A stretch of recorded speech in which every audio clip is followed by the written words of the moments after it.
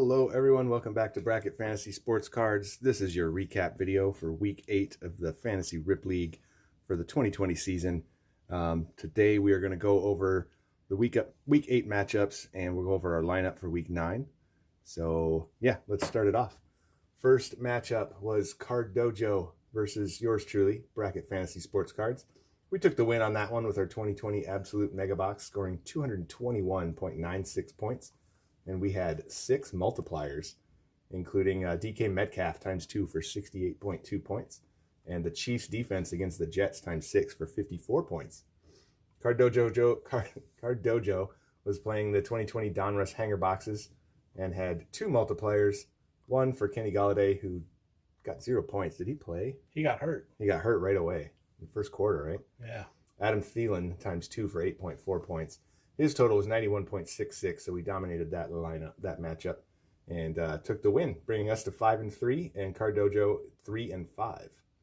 Next lineup was JPN Sports Cards and his 2020 Donruss Value Packs versus Folk Rips and his 2020 Donruss Hobby Box. Folk having both the player of the week and the whole box score of the week. So he scored 258.9 points, relying heavily on his Ryan Tannehill times 5 multiplier for 91.6 points. JPN bringing in 118.94 with 2 multipliers, including Julio Jones times 2 for 34.4 points. But Folk Rips moving up to 3-4, JPN dropping to 5-3 on that lineup. Next matchup was Spurs Cards 21 and his 2018 Score Hanger and Card Collector 2 Hot Packs against Derb's Sports Talking Cards. He ripped the same thing, 2018 Score Hanger and 2 Card Collector 2 Hot Packs. Not too heavy on the multipliers there. So Derb had 3, 2 of them with, well, 1 player on a bye and 1 who scored 0. But he did have the Bills times 6 for 24 points. And Spurs Cards had Terrell Edmonds times 6 for 12 points. Spurs Cards able to pull out a win here, 89.34 to 85.06 against Derb. So Spurs Cards moving to 2-5 and Derb moving to 3-4. And our final matchup of the week was the Buffman and his 2020 Donruss Mega Box versus Hendo's Hobbies and his 2020 Prestige Mega Box. The Donruss Mega Box for DeBuffman, he had all multipliers on all 7 positions, so not bad there, all 8 positions. He did have a Brandon Ayuk multiplier times 2 for 38 points, and Hendo ended up with a times 3 for Julio Jones for 51 points. So Hendo's Hobbies eking out a win there, 136.10 versus DeBuffman's 116.92. DeBuffman moving to 5-3 and Hendo's Hobbies 5-3. House of Cards was on bye this week. So here is your new league standings for the Fantasy Rip League. And yeah, we'll go ahead and go over our lineup now for Week 9. Jeff, who do we got at quarterback? We are going to go hometown again. Kyler Murray always finds a way to finish as a top 5. Never a bad play. Yeah, I think we've played him most weeks. I know we didn't play him last week because Arizona was on a bye and we played Phillip Rivers, but Kyler's always good for a play. First running back, we're going to have DeAndre Swift with the pink parallel rated rookie optic preview. So they're taking on Minnesota in Minnesota. I think DeAndre Swift hasn't been too involved, but when he is involved, he is a monster. He's had some really good games, so we're going to hope for one of those. RB2, go ahead. We're going Chris Carson. They are taking on Buffalo, which, I mean, we're hoping he comes back from injury. It's 50-50. We didn't pull a lot of running backs out of this. This particular box, Yeah. If you go back and watch this video, we had like 6 tight ends, but we pulled like 3 wide receivers and I think maybe 4 running backs, a couple who are on IR. So it was a little rough on the running back and wide receiver position. So we're hoping that Chris Carson plays against Buffalo and gets us some points there. Wide receiver 1, we're going with Keenan Allen playing Las Vegas Raiders. I think that game is going to factor heavily into our lineup here. We got 3 players in that game. So Keenan Allen with Herbert throwing to him. Always good for a deep ball, I hope. Our wide receiver 2 is a definite chance we're taking. It's the mem card that we pulled of Brian Edwards. So that will be a times 4 multiplier. I mean, if you go back and watch the video, we didn't pull a bunch of wide receivers. So Yeah, it's a stretch because he's likely not even to play. But honestly, that's like the only one we had. We have a AJ Green, and they are on bye this week. So Brian Edwards, not a great play, but from what that's the spirit of Fantasy Rip League. You got to pull it to play it. So, I just made that up. I kind of like that. Trademark. Yeah, trademark. Yeah, trademark. Nobody used that. Play it, pull it to play it. So Brian Edwards hopefully will be in that game and gets a catch or two. Our tight end, we got a multiplier on that. It's Darren Waller, ×2. Also playing against the Chargers, so he's usually good for quite a few catches. And we are playing a kicker this week, Youngwei Koo, who we've played against in fantasy, and every week that I've played against him, and I know you played against him, the guy just puts up numbers. He gets like 18 points every time I'm against him, so hopefully this won't be considered against him. So Youngwei Koo, Atlanta taking on Denver. I think he should be good for a few. And then we are going to play the Steelers defense. Pittsburgh taking on Dallas.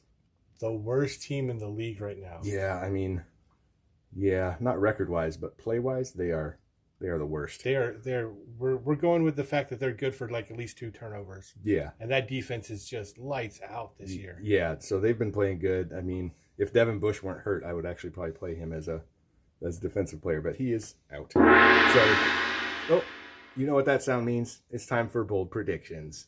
Well, before we get started with that, let's give a shout out to Derb for his Vikings over the Packers prediction. Yeah, we did ask for bold predictions in the comments on that last video. So what was his projection?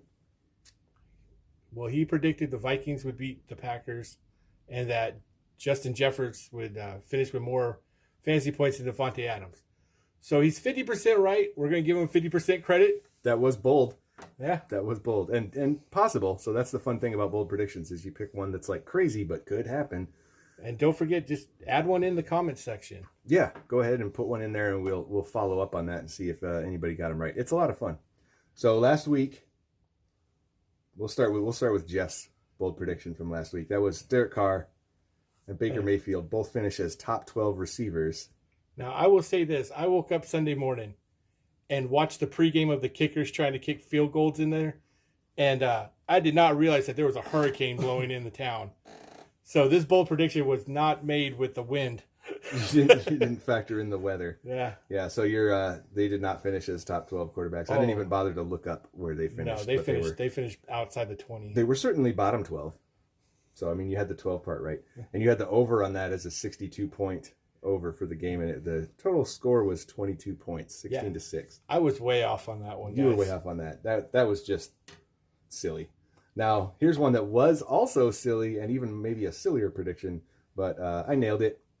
So I predicted that Cincinnati would beat Tennessee and that Joe Burrow would finish as a higher-ranked quarterback than Tannehill, and that turned out to be true. Cincinnati winning that game 31-20, and Burrow finished as the 11th quarterback overall, and Tannehill the 13th quarterback overall, only 0.54 fantasy points separating the two. So it was just barely, but that prediction right on both parts. And let's not gloss over this. That's back-to-back weeks that you've been correct. That's true. Back-to-back weeks. And I'm going to mess that up by going super weird on this one.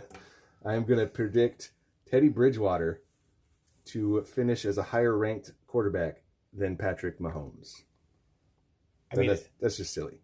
That is, but if that happens and you go 3 weeks in a row, you got to start betting on. You got to start betting on what I'm saying.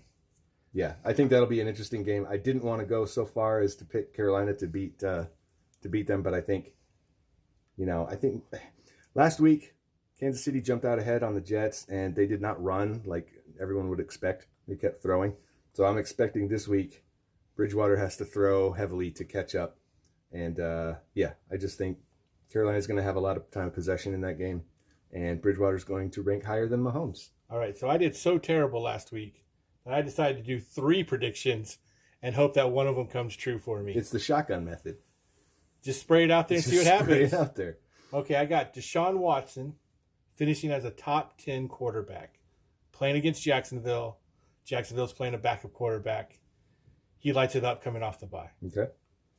I got Tyler Lockett as a top 5 wide receiver. Seattle playing at Buffalo. And the crazy one, Indianapolis at home beats the Baltimore Ravens. I don't think that's too crazy. Indianapolis's defense is so good, and Baltimore has not been playing lights out or anything, so I don't think that's crazy. I think that actually, I agree with you on that one. I think Indy could beat Baltimore. So, yeah, there's our bold predictions for the week. Go ahead and add some into the comments if you want to play along. It's a lot of fun. And I think that's pretty much all we have to go over today. Yep. We'll be coming at you this week with the lineups of all the other guys in the league and their matchups and lineups. So that'll be a lot of fun. Looking forward to that. And yeah, that'll probably do it for today. Good luck to everybody. Good luck to everybody. And we will see you on the next video.